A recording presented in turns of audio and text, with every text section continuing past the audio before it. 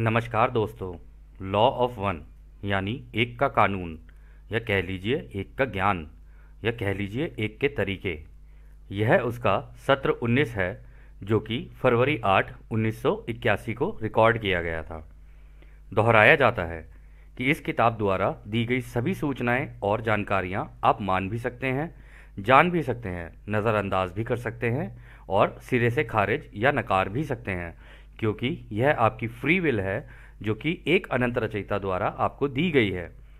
एक और बात कही जाती है कि लॉ ऑफ वन पूरी तरह से सबके लिए फ्री है। यदि कोई इकाई या व्यक्ति इसको निजी स्वार्थ के लिए इस्तेमाल करे तो वह उसकी व्यक्तिगत खुद की जिम्मेदारी होगी।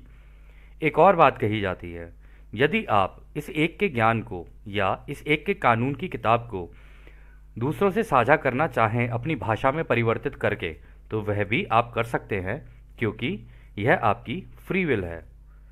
तो पहला सवाल डॉन करते हैं। मैं इस पुस्तक के विस्तार के बारे में सोच रहा हूँ और इसे पढ़ूंगा जो मैंने सोचा है। हम इस संचार यानी कम्युनिकेशन में मन, शरीर और आत्मा के विकास के बारे में चिंतन करेंगे। मैं उन रुचि रखने वाले व्यक्तियों को अपने स्वयं के विकास में भाग लेने की अनुमति देने के लिए विकास के तंत्र पर सवाल उठाते हुए पूरी तरह से जांच करना चाहता हूं। मुझे ऐसा लगता है कि शुरू करने के लिए एक अच्छा विषय दूसरी घनत्वता से तीसरी घनत्वता में परिवर्तन होगा। फिर विस्तार से जांच करने के लिए पृथ्वी की तीसरी घनत्वता वाली संस्थाओं का विकास, उन तंत्रों पर विशेष ध्यान देना जो उस विकास में मदद या बाधा डालते हैं। इस कार्य सत्र को निर्देशित करने का मेरा यही उद्देश्य है। मुझे आशा है कि यह एक सही दिशा है। मैं सबसे पहले यह जानना चाहता हूं कि क्या सारी इकाइयां या व्यक्ति दूसरी घनत्वता से तीसरी घनत्वता में परिवर्तित हो जाते हैं, या कुछ और भी इकाइयां हैं जो इस बदलाव से नहीं गुजरी हैं। तो दोस्तों, इस सवाल में डॉन ये पूछना चाह रहे हैं कि सेकंड डेंसिटी यानी दूसरी घनत्वता से ये जो थर्ड डेंसिटी है तीसरी घनत्वता में, क्या सभी का ट्रांसफर होता है? मतलब सारे ही जाते हैं दूसरी से तीसरी में, या कुछ ऐसे भी हैं जो बीच में नहीं हो, जिनका नहीं हो पाता है? और फिर उन्होंने ये भी कहा इसमें कि हम तीसरी घनत्वता के बारे में भी बात करेंगे, जिसमें अभी हम लोग हैं, हम लोग जो इंसान का रूप है, इसके बारे में बात करेंगे। तो इसमें हम ये जानने की कोशिश करेंगे कि ऐसी कौन सी चीज़ें हैं जो कि हमारे आगे के निरंतर आगे बढ़ने की दिशा में, मतलब रचयिता की तरफ ही जाते हैं सारे, लेकिन कौन कौन सी चीज़ें जो काम आती हैं, कौन कौन सी चीज़ें जो बाधा बनती हैं। तो इन दो सवालों को मेन रखा है यहाँ पे डॉन ने। तो रा कहते हैं, आपका प्रश्न बुद्धिमान ऊर्जा की स्थान, समय, निरंतरता, कंटिन्यूम की समझ को मानते हैं, जो कि आपके माया को जीवंत करती हैं। यानी कि सब जो दिख रहा है वह माया जाल है।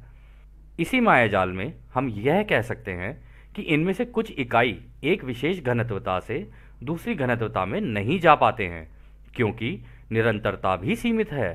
तो दोस्तों, यहाँ पे जो रा ने कहा है, पहली बात तो ये कि जितनी चीज़ें हमें दिख रही हैं, जो हम खा रहे हैं, जो हम टेस्ट कर रहे हैं, जो हम सुन रहे हैं, जो हमें दिख रहा है, जो हम स्मेल कर रहे हैं, ये सब माया जाल का हिस्सा है। मतलब ये जितनी भी चीज़ें हैं ना, ये माया जाल है। ये सारा का सारा होलोग्राम है। मतलब ये सारी की सारी तरंगे हैं जो एक जगह इकट्ठी हो गई हैं, इस वजह से हमें दिख रही हैं।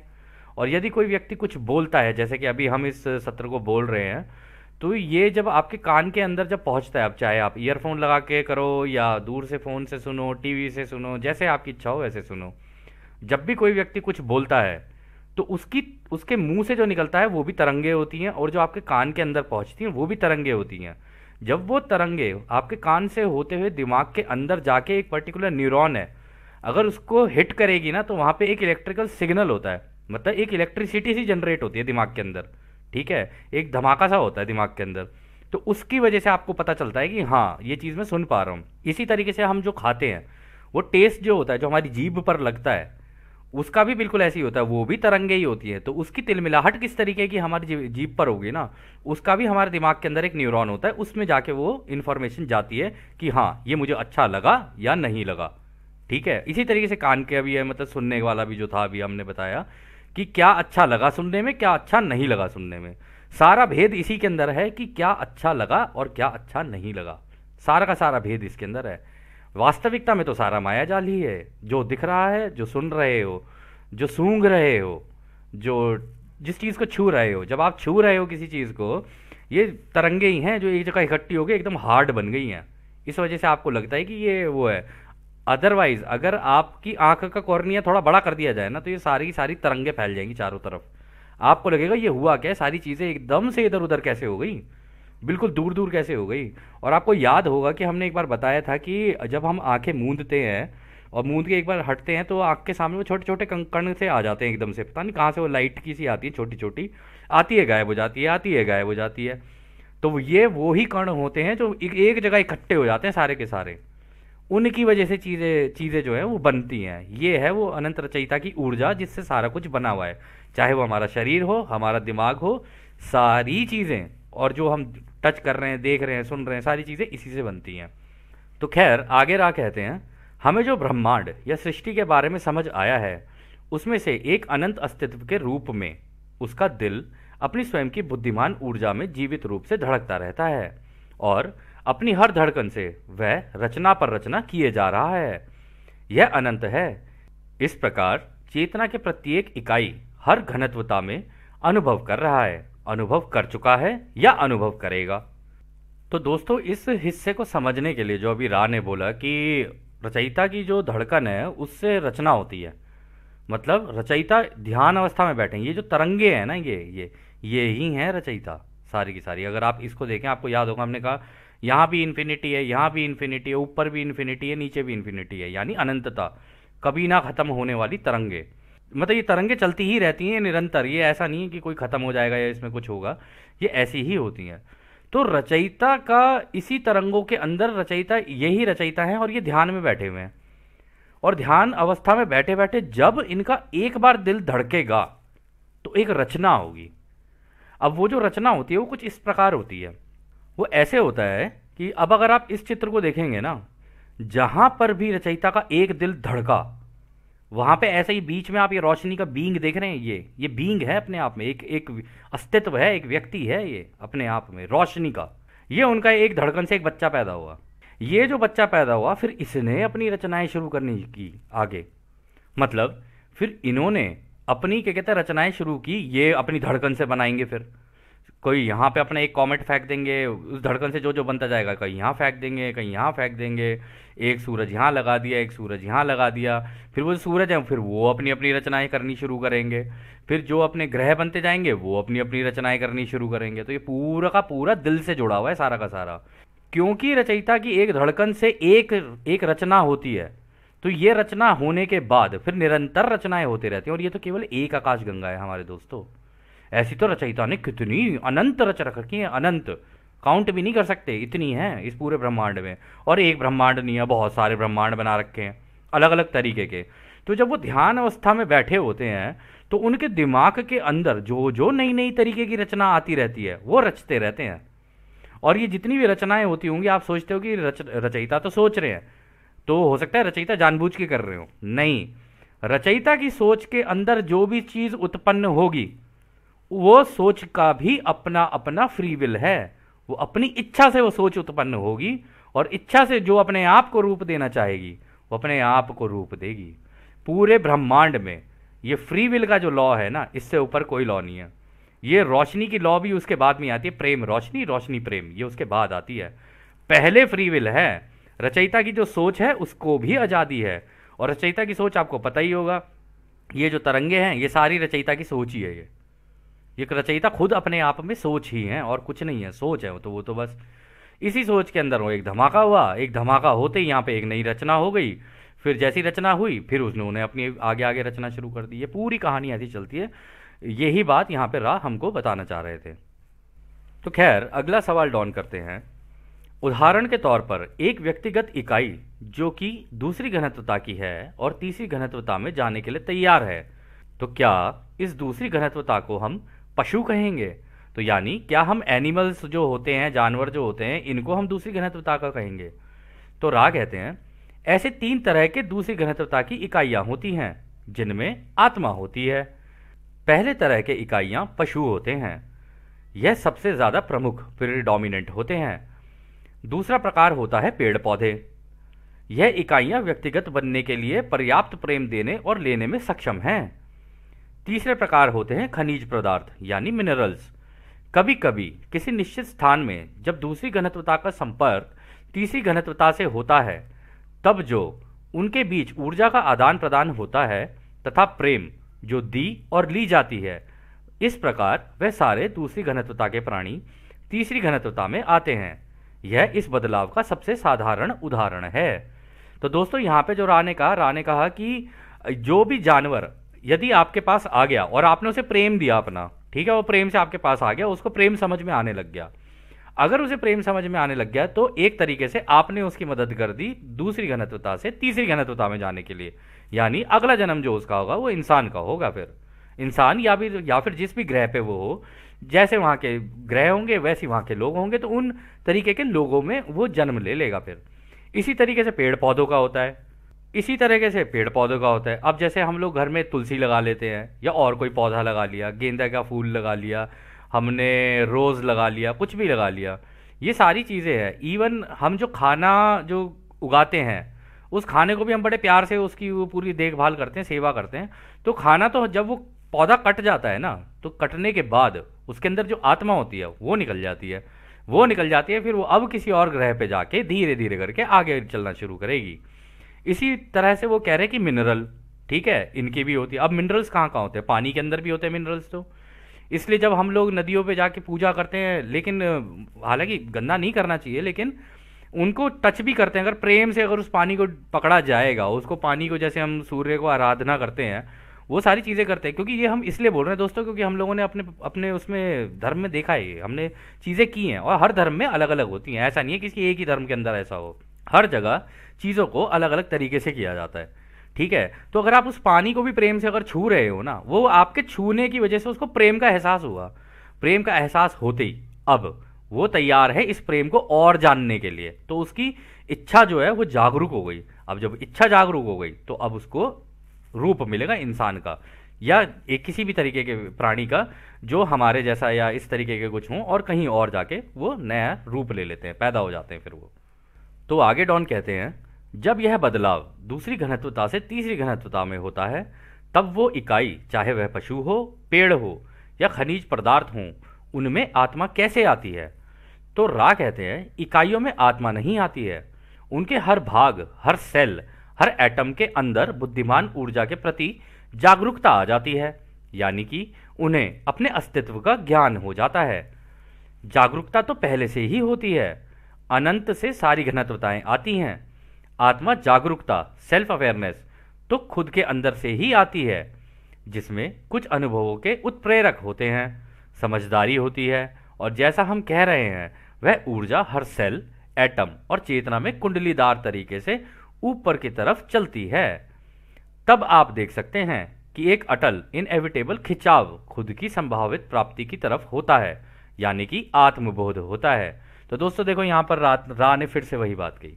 रा ने कहा कि जब आपको प्रेम का एहसास होगा, फिर वो चाहे क्या कहते हैं पेड़ पौधों को हो, जानवरों को हो, या फिर क्या कहते हैं मिनरल्स को हो, नदियों को हो, किसी को भी हो, अगर वो उनको प्रेम का एहसास हो गया तो इसका मतलब वो जागरूक तो पहले ही है, ठीक है, वो ऊर्जा तो है, जो ऊर्जा है वो तो जागरूक है ही। अब उसको अपने बारे में प्रेम का एहसास हुआ, अब उस प्रेम को उसको जानना है, खिंचाव शुरू हो गया उसका उसको जानने के लिए, क्योंकि उसको अच्छा लगा वो। अब जब उसको अच्छा लगा तो इसी अच्छेपन को जानने की कोशिश करने में फिर वो आगे निकलती है। इसी को रा कह रहे हैं यहाँ पे, आत्मबोध होता है, मतलब खुद को जानना शुरू करती है। इसको कहते हैं सेल्फ अवेयरनेस, खुद का ज्ञान, खुद को जानना। इसलिए आपने भी सुना होगा, जैसे हमारे असेंडेड मास्टर्स बोलते थे, सारे के सारे हर धर्म में बोल के गए हैं कि खुद को जान, खुद को जान, तू प्रेम है, खुद को जान।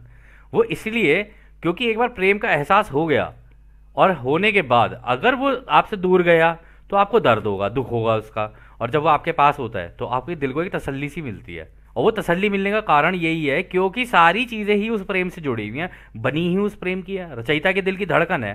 अब दिल की धड़कन को तुम कैसे अलग कर लो? तुम कोशिश कर सकते हो इधर उधर विभाजन करने की, लेकिन जितना मर्जी विभाजन कर लो वो एक ही है, क्योंकि वो रचयिता के दिल की धड़कन है।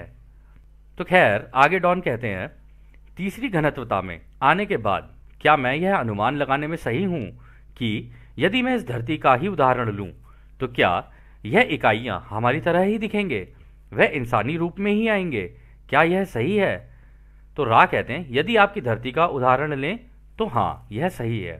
तो आगे डॉन कहते हैं यदि दूसरी घनत्वता की इकाई तीसरी घनत्वता में इस ग्रह में आए हैं, क्या यह मंगल ग्रह के लोगों की मदद से यहाँ आए हुए हैं या ये इस ग्रह से दूसरे घनत्वता से विकसित हुए हैं और उसमें किसी भी बाहरी लोगों का प्रभाव नहीं है? मतलब तो यहाँ पे डॉन ये कह रहे हैं कि क्या केवल जो इस धरती से पहले से चल के आ रहे हैं वो हैं, मतलब वहाँ के पेड़ पौधे ये वो, या फिर ये जो मंगल ग्रह से वहाँ से यहाँ पर आए थे इनकी वजह से भी कुछ मदद मिली है और उसकी वजह से फिर ये बाकी जितनी भी हैं घनत्वताएं वो आगे चली हैं? तो रा कहते हैं यहाँ कुछ दूसरी घनत्वता की इकाइयाँ हैं जिन्होंने तीसरी घनत्वता में जो विकास किया उसमें किसी भी बाहरी लोगों का प्रभाव नहीं है, केवल अपने अनुभव द्वारा ही उनका विकास हुआ है। आपके ग्रह के अन्य दूसरे घनत्वता की इकाइयां जिन्होंने तीसरी घनत्वता में उसी तरह कटाई की प्रक्रिया द्वारा प्रवेश किया है जिस प्रकार अभी महासंघ के लोग आपकी मदद कर रहे हैं। यह संपर्क हालांकि टेलीपैथी द्वारा होता है बजाय बोलने या लिखने के, क्योंकि दूसरी घनत्वता की इकाइयों की यही प्रकृति होती है। तो दोस्तों देखो यहाँ पर पता है क्या कह रहे हैं वो, यहाँ पर वो ये कह रहे हैं कि देखो जो तुम्हारे यहाँ पर पहले से चले आ रहे थे जो पेड़ पौधे और ये जितनी भी जानवर जो चले आ रहे थे उनको आगे ले जाने के लिए हालांकि कुछ तो खुद ही एक दूसरे से प्रेम करते करते करते करते आगे आ गए, ठीक है, लेकिन उनका जो जो उनका अनुभव था वो अनुभव उनका ऐसा नहीं था कि कोई भारी इंटरफेरेंस हुआ हो या कुछ हुआ हो। हाँ, कुछ केसेस में ऐसा भी हुआ होगा कि भाई मार्स से जो लोग यहाँ पर लाए गए या मेल्डेक से भी जो लोग यहाँ पर लाए गए फिर उनका इंटरफेरेंस हुआ होगा, उन लोगों ने लोगों को प्रेम से, अब उनके अंदर अगर प्रेम होगा तो उन्होंने भी प्रेम से किया होगा, तो ये पेड़ पौधे जानवर आगे निकल के गए होंगे और ये मिनरल्स वगैरह आगे निकल के गए होंगे। लेकिन ऐसा उन्होंने ये कहा है कि ऐसे ही दूसरी घनत्वता में हमारे महासंघ के लोग भी हैं, दूसरी घनत्वता के भी हैं, इन्हीं पेड़ पौधों के अंदर इन्हीं जानवरों के अंदर महासंघ के लोग भी हैं। वो कह रहे हैं कि वो उनकी टेलीपैथी के द्वारा मदद करते हैं ताकि वो दूसरी घनत्वता से तीसरी घनत्वता में आ सके। इसी तरीके से महासंघ में ऐसा नहीं है कि क्या कहते हैं सारे ही तीसरी घनत्वता चौथी घनत्वता पांचवी घनत्वता आगे के हों। भाई वहाँ के लोग, उनको पता है टेलीपैथी का इस्तेमाल करके उनके भी हो सकता है ना एडवांस जो उनके अंदर, अब आप और हम कैसे जानते हैं, हो सकता है महासंघ में ऐसे दिखने वाले भी हों जो पेड़ हों, किसको पता है वो, और इतने हाईली इंटेलिजेंट पेड़ हों कि वो टेलीपैथी से दूसरे पेड़ों से बात कर ले, या जानवर भी हो उनके पास ऐसे जो दूसरे जानवरों से टेलीपैथी से बात कर ले, उन लोगों ने मदद कर दी हो या अपने अपनी उसकी, तो होने को तो अनंत संभावना है ना। तो यहाँ पर राय यही कह रहे हैं अनंत संभावना है, हमारे जो वो महासंघ के लोग थे उन्होंने भी मदद की इन दूसरी घनत्वता वालों को आगे चलने के लिए। तो खैर अगला सवाल डॉन करते हैं, दूसरी घनत्वता के प्राणियों को सहायता कौन भेजता है? तो रा कहते हैं हम अपने आप को ग्रह का महासंघ कहते हैं जो अनंत रचयिता की सेवा करते हैं। यही एक सरल तरीका है जिससे आपके लोगों के समझने की कठिनाई को कम किया जा सकता है। हम समझदारी शब्द का उपयोग करने के लिए संकोच कर रहे हैं, परंतु यही हमारे अर्थ के काफ़ी करीब है। तो दोस्तों यहाँ पर वो यही कह रहे हैं कि भाई हम तो महासंघ हैं, अब हम कितने तरीके के हैं, कहाँ कहाँ से उठ के आए हैं, कौन कौन किस किस ग्रह से है, कितने सारा बड़ा समूह है, ये एक ही हैं सारे के सारे। हो सकता है तुम लोग हमें अलग अलग देखते हो कि जी ये प्लेडियन है, ये सीरियन है, ये एंड्रोमेडा से है, ये वहाँ से, कह रहे हम तो महासंघ हैं, हमारे बीच में कोई विभाजन नहीं है, हम तो सारे एक ही हैं, एक ही तरीके से काम करते हैं और सब ने अपने अपने काम बांट रखे। तो खैर अगला सवाल डॉन करते हैं, यानी कि महासंघ भी दूसरी घनत्वता से तीसरी घनत्वता की ओर विकास करने में मदद करते हैं, क्या यह सही है? तो रा कहते हैं हम इसे और स्पष्टता से समझाते हैं। महासंघ का एक हिस्सा जो कि तीसरी घनत्वता के सामने नहीं कर रहा है, परंतु वह अन्य कटाई में सहायता करते हैं, यानी कि दूसरी घनत्वता की कटाई वे उनकी कटाई के लिए जिम्मेदार होते हैं। तो दोस्तों देखो रा ने कह ही दिया है कि हमारे महासंघ के कुछ ऐसे होते हैं जो तुम्हारे यहाँ के पेड़ पौधे, जानवर और मिनरल्स और ये जो पेड़ पहाड़ झरने ये जितने भी हैं इनकी मदद वो करेंगे, उनकी कटाई वो करेंगे, क्योंकि सबने अपने अपने काम बांट रखे हैं। फिर आगे रा कहते हैं महासंघ जैसे कि हमने पहले के सत्र में बताया है कि ये कई अलग अलग घनत्वताओं से मिलकर बनी है, जिसमें आपकी अपनी घनत्वता भी शामिल है, आपके ग्रह के अंदर के लोग भी शामिल हैं, आपके इनर या देवदूत लोग यानी एंजेलिक रेल्म भी शामिल हैं जिन्हें आप देवदूत बोलते हैं। इसके प्रत्येक इकाई अपने मन, शरीर, आत्मा का विकास करती है। फिर वो एक समूह का विकास करती है और उसके बाद यह समूह खुद को एक अनंत रचयिता की सेवा में समर्पित करता है और वे महासंघ के हिस्सा बन जाते हैं। तो दोस्तों देख लो, यहाँ पर देखो बता ही दिया उन्होंने, कहा भाई एक ग्रुप है वो सेकंड डेंसिटी वालों के लिए मदद करेगा, एक ग्रुप है जो कि तुम लोगों की मतलब जो इंसानी सभ्यता है उनकी मदद करेगा। उनमें से कौन कौन है जो कि रचयिता की दिशा में आना चाहते हैं, मतलब दूसरों की सेवा वाले रास्ते पर आने चाहते हैं। जिनको खुद की सेवा वाले रास्ते पर जाना है वो वहाँ पर भी जा सकते हैं, वो उनकी इच्छा है, लेकिन वहाँ पे फिर अभी राह आगे बता देंगे, उनको वापस आने में बहुत वक्त लग जाता है, उनके लिए बहुत दिक्कतें भी आती हैं, परेशानियां भी आती हैं। तो फिर वो ये कह रहे हैं कि इनफैक्ट हमारे देवदूत के जो लोग जिनको हम देव और देवलोक कहते हैं ना, वो भी इसमें शामिल हैं। तो कोई विभाजन नहीं है यहाँ पे सारे ही एक हैं। चाहे फिर वो हमारे पहले के हमारे जो बड़े बूढ़े लोग बोलते गए थे ना, ईश्वर अल्लाह तेरो नाम सबको सन्मति दे भगवान, वो क्यों बोलते थे? वो इसलिए बोलते थे कि भाई सब कुछ तो एक ही है, ये तो सारे ही एक हैं। लेकिन उसको अच्छे से समझना थोड़ा मुश्किल हो गया था क्योंकि थोड़ी चीज़ें ना इधर उधर थी। इस किताब ने वो सारी चीज़ें एक जगह कर दी हैं, तो इसलिए इसमें समझना ना थोड़ा सा बेहतर समझ पाए हम भी और बाकी लोग भी जिनको ये किताब समझ में आई। तो खैर आगे डॉन कहते हैं, क्या दूसरी घनत्वता से तीसरी घनत्वता में विकास 75,000 साल पहले हुआ था तकरीबन? तो राह कहते हैं हाँ यह सही है। तो डॉन कहते हैं, दूसरी घनत्वता के लोगों को तीसरी घनत्वता जैसे शरीर कहाँ मिलते हैं ताकि वे जन्म ले सकें? तो राह कहते हैं, इनमें से कई तो दूसरी घनत्वता पर उन रूपों में थे जब वे तीसरी घनत्वता के कंपन के संपर्क में आए तो वे भी तीसरी घनत्वता के बन गए, जिसे आप इंसान या मानव कहते हैं।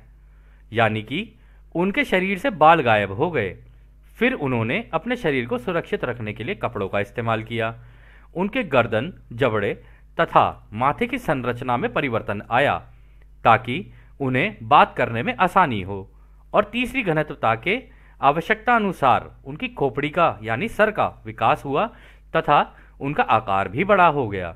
तो दोस्तों ये अभी हमारी इंसानी सभ्यता के बारे में बात कर रहे हैं कि हम लोग भी जो हमारी पीछे से जो चलती आ रही है पूरी हमारी प्रजाति इंसानों की, वो किसी ना किसी तरीके के इंसानों के कांटेक्ट में आई। उन इंसानों के कांटेक्ट में आने के बाद वैसे इन्होंने बता ही दिया कि हम आए थे, हमने तुम्हारा जेनेटिक कोड चेंज किया था, ये किया था, वो किया था, ताकि तुम अपने अनुभव यहाँ पे शुरू कर सको। मार्स से जब हम लोगों ने ट्रांसफर किया था, तो जब ये ट्रांसफर हुआ तो उस टाइम के बाद हमें जैसे शरीर दिए गए, सारी चीज़ें दी गई, फिर हमें एक प्रॉपर एक नॉलेज पकड़ाई गई, हमें तरीके बताए गए कि ऐसे चल सकते हो, ऐसे चल सकते हो।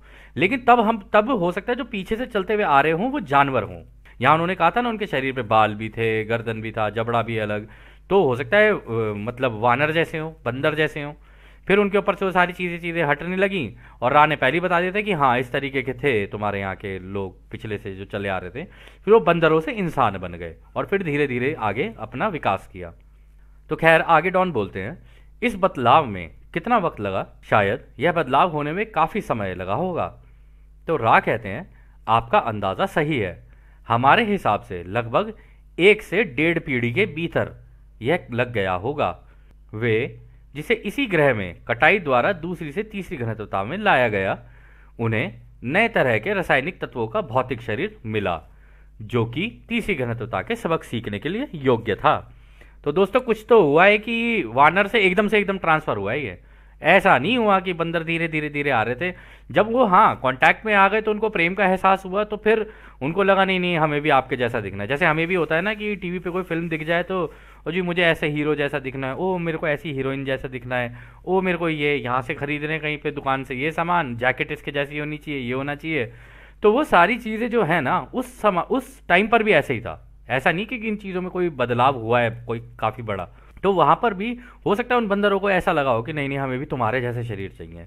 तब वो कह रहे, तब उन्हें उस तरीके का रासायनिक तत्वों वाला भौतिक शरीर दिया गया कि हाँ अब तुम इसको छोड़ो, इस वाले में आ जाओ, अब यहाँ से आगे निकलना शुरू करो। तो ये ट्रांसफर कुछ इस तरीके से लग रहा है जिस तरीके से राह बता रहे हैं। क्या आप बता सकते हैं कि यह जो नए शरीर थे वह कैसे तीसरी घनत्वता के सबक सीखने के लिए योग्य थे और वह सबक क्या थे? तो राह कहते हैं, तीसरी घनत्वता के लिए सिर्फ एक ही आवश्यकता है और वह आवश्यकता है आत्म जागरूकता, यानी खुद को जानना। ऐसा करने के लिए इस रासायनिक शरीर को तर्क संगत विचार यानी एब्स्ट्रैक्ट थॉट्स करने में सक्षम होना चाहिए। इस प्रकार जो मूलभूत आवश्यकता है वह विवेकपूर्ण यानी रैशनल और सहज यानी इंट्यूटिव सोच का मिश्रण है। वह दूसरी घनत्वता में क्षणिक यानी ट्रांजिटरी थे, जो कि काफी हद तक सहज बोध इंट्यूशन द्वारा स्वचालित ऑपरेट होते हैं तथा अभ्यास करते करते इस परिणाम तक पहुंचती है, यानी कि वो इसके द्वारा समझ जाते हैं कि और आगे कैसे बढ़ा जा सकता है। तो दोस्तों यहाँ पर राज जो कह रहे हैं ना, वो ये कह रहे हैं कि तीसरी घनत्वता में आने के लिए सबसे इंपॉर्टेंट चीज़ क्या है। एक तो ये है कि सेल्फ अवेयरनेस, कि हाँ मैं हूँ, मतलब मेरा कोई अस्तित्व है। यदि आपका नाम कुछ भी रख दिया जाए, राजेश, दिनेश, कुछ भी रख दिया जाए, तो उससे आपका हम आपको चलो नाम भी ना बोले, हम आपको ओ करके भी बोले ना, तो भी आपको लगेगा शायद मेरे को बुलाया जा रहा है। तो उससे एक मैं का एहसास हो जाता है। वो जो मैं का एहसास होता है ना, उसे कहते हैं सेल्फ अवेयरनेस, कि मैं हूं। फिर वो कह रहे हैं एब्स्ट्रैक्ट थॉट, यानी अनंत दिशाओं में सोच सके वो व्यक्ति। तो उसके दिमाग के अंदर भी कुछ ना कुछ चेंज करना पड़ेगा, कि ताकि ये जितना चाहे और जितना बेस्ट सोच सके, जिस जिस दिशा में सोचना चाहे वहां सोच सके। वो किया। फिर उन्होंने कहा विवेकपूर्ण भी होना चाहिए, कि उसके अंदर धीरज और ये सारी चीजें भी होनी चाहिए। फिर इंट्यूटिव भी होना चाहिए उसको। इंट्यूटिव यानी कि वो अपने दिमाग से खुद ही अंदाजे भी लगाना शुरू कर सके कि क्या ऐसा हो सकता है। तो वो अनंत दिशाओं में ये सोच सके कि ऐसी भी पॉसिबिलिटी है, ऐसी भी पॉसिबिलिटी है, ऐसी भी पॉसिबिलिटी है। अनंत दिशाओं में सोचना उसके लिए हो, दिमाग इस तरीके का हो। फिर वो कहते हैं कि ये जो हुआ था ये ट्रांजिटरी था, यानी एकदम हुआ था, अचानक से ही हुआ था। ये एक जगह से मतलब एक मतलब बंदर की एक सभ्यता से सीधा से एकदम से इंसान की उसमें आने लग जाए, क्योंकि उनके अंदर ये सारी चीज़ों की उनको प्रेम का एहसास होते ही, जैसे ही मैं का एहसास हुआ, तो उनको इस चीज़ की ज़रूरत पड़ गई, और जैसी ज़रूरत पड़ी तो महासंघ ने आके उनकी मदद कर दी। और फिर वो कहते हैं इसके लिए सहज बोध, यानी वही इंट्यूशन, इसकी बहुत ज़रूरत होती है। कि वो ऐसे कि अगर पत्ते को देखे तो इसका क्या क्या मतलब हो सकता है, या फिर वो पानी को देखे इसका क्या क्या मतलब हो सकता है। तो ऐसा नहीं पानी है तो केवल पानी है, अब पानी में भी तो बहुत सारी चीज़ें हैं, पानी भी तो अलग अलग रूप ले लेता है। ये ऐसे रूप क्यों ले सकता है, वैसे क्यों हो सकता है। अगर मैं इस पानी को ऐसे घड़े के अंदर डालूं तो कैसा होगा, ग्लास के अंदर डालूं तो कैसा होगा, ठीक है, बाल्टी के अंदर डालूं तो कैसा होगा। तो इस तरीके से सोच सोच के अनंत अनंत दिशाओं में जब कोई व्यक्ति सोचता है, तब तीसरी घनत्वता उसके लायक होती है, इसलिए उसको मिलती है।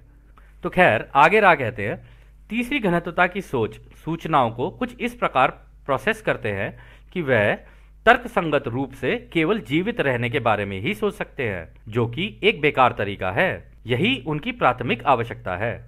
यहाँ अन्य महत्वपूर्ण सामग्री भी है, जो कि किसी हल्के शरीर को मन के इस्तेमाल से प्रोत्साहित करने के लिए आवश्यक है, या अन्य महत्वपूर्ण चीज़ों की भी आवश्यकता होती है, जैसे कि हल्के शरीर की ज़रूरत होती है ताकि आप अपने दिमाग को अच्छे से इस्तेमाल कर सकें, यानी कि अनुभव अच्छे से ले सकें, तथा आपके समूह के जागरूकता में विकास हो। यह भी आवश्यक है कि आपकी शारीरिक निपुणता के विकास के लिए आप अपने हाथों का किस तरह इस्तेमाल करते हैं। तो दोस्तों यहाँ पर पता है राज इस तरीके से कह रहे हैं ना, यार रा पता है यहाँ पे क्या बताना चाह रहे हैं। वो कह रहे हैं देखो, एक तो तुम लोगों को इंसान का रूप जो मिलता है वो इसलिए भी मिलता है कि भाई तुम तर्क भी लगा सको, तर्क मतलब लॉजिक भी लगाओ, सारी चीज़ें करो, लॉजिक रीजनिंग भी करो, और क्या कहते हैं दिल का भी इस्तेमाल करो, इंट्यूशन का भी इस्तेमाल करो, सारी चीज़ों का इस्तेमाल करो, और अनंत दिशाओं में जितना हो सके वो सोचो। लेकिन यहाँ पे रा ने एक बड़ी इंपॉर्टेंट चीज़ कही है कि लेकिन होता ये है कि तीसरी घनत्वता में रहने वाले व्यक्ति हमेशा यही सोचते रहते हैं कि मैं जिंदा कैसे रहूँ, जीवित कैसे रहूँ, अरे अपनी जीवन निर्वाह कैसे करूँ, ऐसे कैसे करूँ, वैसे कैसे करूँ। और इसको रा कहते हैं ये एक बेकार तरीका है। तुम्हें तरीका ऐसा ढूंढना चाहिए कि तुम्हारा जीवन निर्वाह भी हो जाए और तुम निरंतर आगे भी बढ़ते चले जाओ। ये दोनों चीजें अगर तुम सोच के चलोगे ना, तब तुम्हारे लिए ज्यादा बेहतर रहेगा। यहाँ पे इनडायरेक्टली रा ने यही बोला है। तो कुछ भी ऐसा करो कि यार तुम्हें खाना कम खाओ लेकिन जिंदा ज्यादा रह लो। अब वो केवल ध्यान की प्रक्रिया से हो सकता है, क्योंकि दोस्तों हम लोगों ने कई मंक्स वगैरह देखे हैं, वो क्या करते हैं, वो कुछ नहीं करते, वो 5 किलो 10 किलो उनके पास सत्तू होता है, वो लेके पहाड़ों में किसी कोने में जाके बैठ जाते हैं, ठीक है, और बिल्कुल अंदर किसी केव के अंदर जाके बैठ जाएंगे, और वहां पे उस सत्तू को पानी में घोला, पिया, बस। उसके बाद वो ध्यान में बैठ गए। अब वो जब वो ध्यान में बैठ गए, वो ध्यान करता क्या है, वो सत्तू जो उन्होंने पिया होता है ना, उसके एक एक कण को धीरे धीरे डाइजेस्ट करता है, इतना धीरे कि एक बार अगर आपने सत्तू पिया है, उसको खत्म होने में कम से कम 10 से 15 दिन लगते हैं। इतना स्लो कर देते हैं अपनी बॉडी का मेटाबॉलिज्म। वो इसलिए कि जब कोई व्यक्ति ध्यान करने लग जाता है ना, उस एक एक कण को डाइजेस्ट करने के लिए जो ऊर्जा लगती है ना, उस बेसिकली उसकी ऊर्जाएं खुल जाती हैं सारी की सारी। तो एक कण की ऊर्जा इतनी ज्यादा हो जाती है कि आपको खाने की कमी महसूस होती ही नहीं है। वो देता निरंतर ऊर्जा देता रहता है, क्योंकि वो रचयिता की ऊर्जा जो इसी इन्हीं तरंगों में है, उन तरंगों से भी खींचना शुरू कर देता है। इसलिए कोई भी व्यक्ति होता है ना, वो लंबा लंबा लंबा लंबा ध्यान अवस्था में लंबा लंबा निकल के जा सकता है। लेकिन अगर वो रोजमर्रा की जिंदगियों में काम कर रहा है, तो वो खाएगा, फिर उसकी ऊर्जा नीचे जाएगी, फिर वो क्या कहते हैं, फिर कुछ काम करेगा, फिर उसका फिर दोबारा खाएगा, फिर ये करेगा, उसकी वह इसी रोजमर्रा की जिंदगियों में इसी चक्रव्यूह में फंस जाएगा। इधर से ये कर, फिर खाना खा, फिर सो जा, फिर ये कर, फिर खाना खा, फिर काम कर, ये करता रहेगा। लेकिन ये जो हमारे असेंडेड मास्टर्स थे, या कह लो आज भी जो मंक्स हैं, और हर धर्म में अलग अलग हैं, उनको देखोगे ना तो ये लंबा लंबा खींच के ले जाते हैं। उसका यही कारण है, क्योंकि उन्होंने अपने शरीर, दिमाग और आत्मा तीनों पे काम कर लिया है। और यहाँ पर रा ने एक चीज और इंपॉर्टेंट बोली है। उन्होंने कहा है कि ये इसलिए दिया गया है, जैसे आपके हाथ हो गए, आपके शरीर हो गए, हल्के शरीर की जरूरत होती है इसके लिए।